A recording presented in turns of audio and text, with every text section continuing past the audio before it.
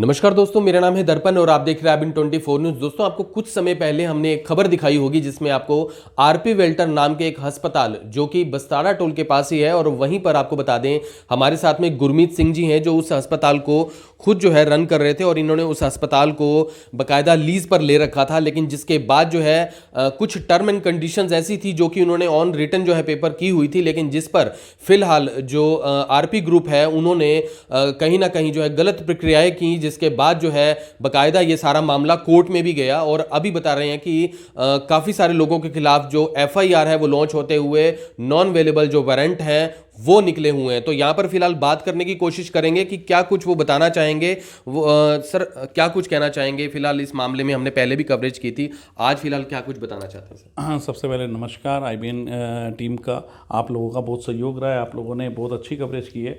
मैं नमस्कार करना चाहूँगा हमारे व्यूअर्स का भी। सबसे पहले मैं बताना चाहूँगा, मैं गुरमीत सचदेवा, पेशे से मैं एडवोकेट हूँ, और हमने जो है ये हॉस्पिटल लीज पे लिया था 2018 में। अब जो इसके अंदर लेटेस्ट है जिसके लिए आज मैं आया हूँ कि आज इनके आरपी एजुकेशन ट्रस्ट और इनके सभी ट्रस्टीज, डायरेक्टर्स, जितने भी लोग थे, उनके 10 लोगों के नॉन बेलेबल गैर जमानती वारंट जो हैं इशू हो गए हैं। पानीपत कोर्ट के अंदर ये मैटर था, पानीपत कोर्ट से इनके गैर जमानती वारंट जो हैं आज की डेट में इनके इशू हुए हैं। 10 फरवरी को इनकी डेट लगी। अगर 10 फरवरी को भी ये कोर्ट के अंदर नहीं पहुंचते हैं तो इनकी पीओ की प्रोसीडिंग, भगोड़े की प्रोसीडिंग जो है चालू हो जाएंगी। मैं जो है इसके अंदर मामला बताना चाहूँगा कि मामला एक्चुअल था क्या। 2018 में हमारे ये ऑन पेपर्स हैं सारी चीज़ें जो मैं बता रहा हूँ। 2018 में जो है हमारा एक एग्रीमेंट हुआ था जिसकी टर्म्स ये थी कि जो भी पैसा हम एक अस्पताल, बंद पड़े अस्पताल को चलाने के लिए लगाएंगे, वो अस्पताल जो है जब चल जाएगा तो ये पैसा हमारा 3 साल के अंदर हमें वापस लौटा दिया जाएगा, वापस कर दिया जाएगा। 3 साल 2018 से होने थे 2021 के अंदर। जब 2021 आने लगा तो अब इनको ये लगा, आरपी एजुकेशन ट्रस्ट के लोगों को ये डिसऑनेस्ट हो गए। इनको ऐसा लगा कि अब कोविड का पीरियड है, क्यों ना इस अस्पताल को हम बदमाशी से, गुंडा तत्व को यूज़ करके डंडे के जोर पे खाली करवा लें। तो हम लोग बाहर से थे, मैं पानीपत से हूँ, मेरा पार्टनर जो है दिल्ली से है। हमने जो है, इन्होंने हमारे पास बदमाश भेजे, बदमाशों ने पूरा का पूरा जितना जो सिस्टम करना था पूरा किया, ड्रामा किया। हमारे स्टाफ के साथ 354 DB लगी, स्टाफ महिला कर्मचारियों के साथ छेड़छाड़ हुई, जान से मारने की धमकी आई, 506 लगी, मारपीट हुई। इसकी बाकायदा एफआईआर मधुबन के अंदर दर्ज की गई, मुकदमा संख्या 201 2021 के अंदर।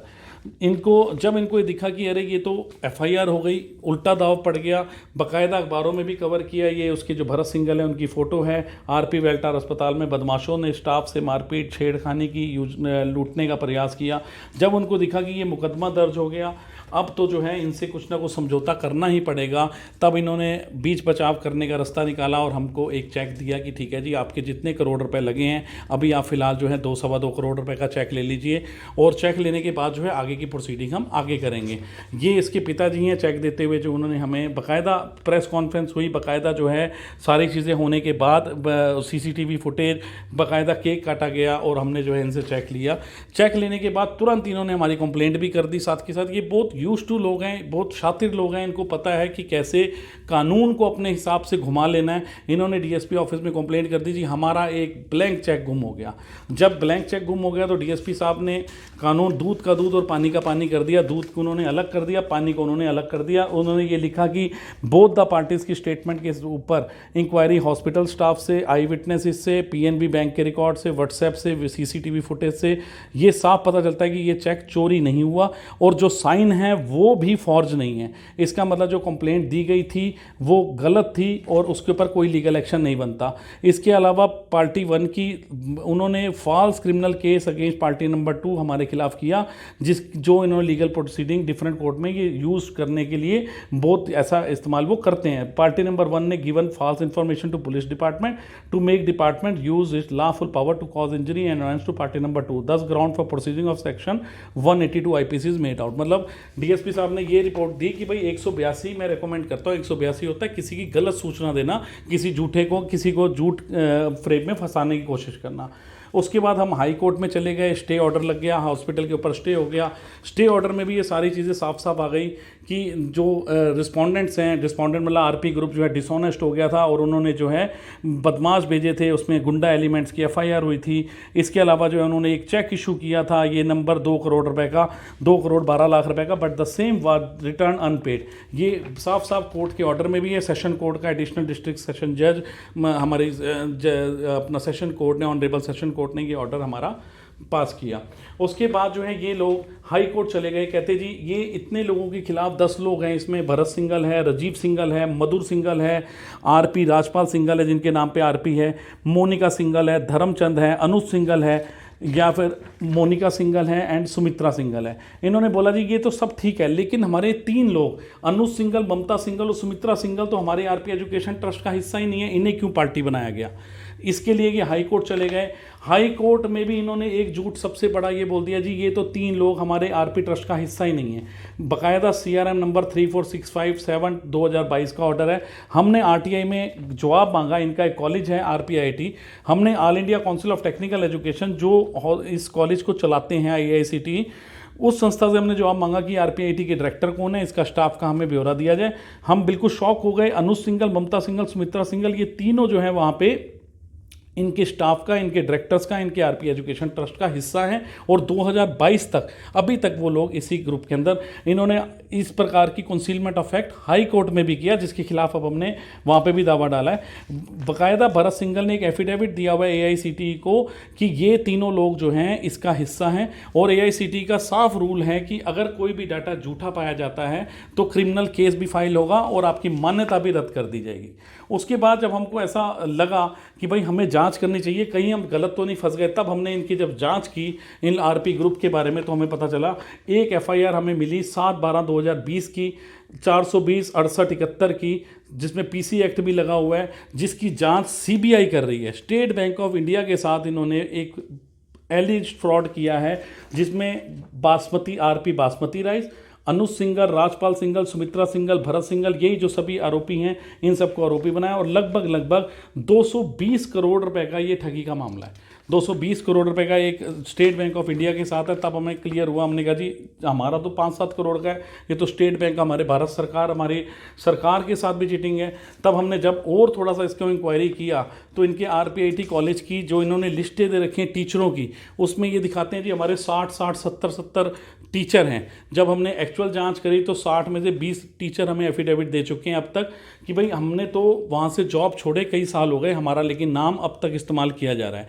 उन्हीं नामों के ऊपर ये फर्जी तरीके से AICTE से, कुरुक्षेत्र यूनिवर्सिटी से, वहाँ से ये मान्यता प्राप्त कर रहे हैं, और उस मान्यता के ऊपर जो है देश के कोने कोने से बच्चों को बुला रहे हैं।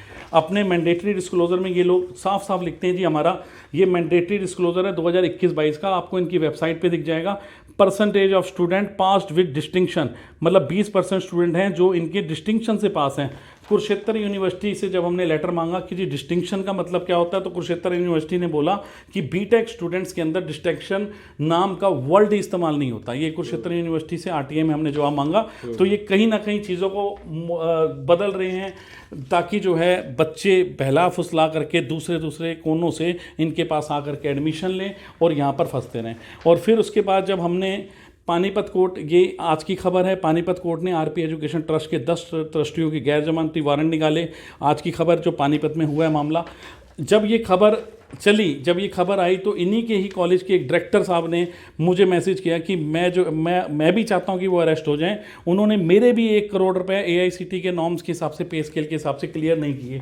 तो ऐसे कितने ही लोग हैं जो इस ठगी का शिकार, जो इनके भोले चेहरों को देख करके यहाँ पे आ जाते हैं और उसके बाद जो है वो यहाँ से अपना सब कुछ गवा के जाते हैं। जानना चाहेंगे जो गैर जमानती वारंट जो निकले हैं वो आखिरी जो जज हैं उन्होंने किस बात के ऊपर जो है वो निकाले थे? इसकी ऑर्डर की कॉपी में साफ साफ लिखा हुआ है, notice issue to accuse through registered post with the report of refusal. इन्होंने सम्मन लेने से मना कर दिया। कई बार इनको बुलाया गया 3:30 बजे तक, कई बार इनकी आवाज़ पड़ती रही।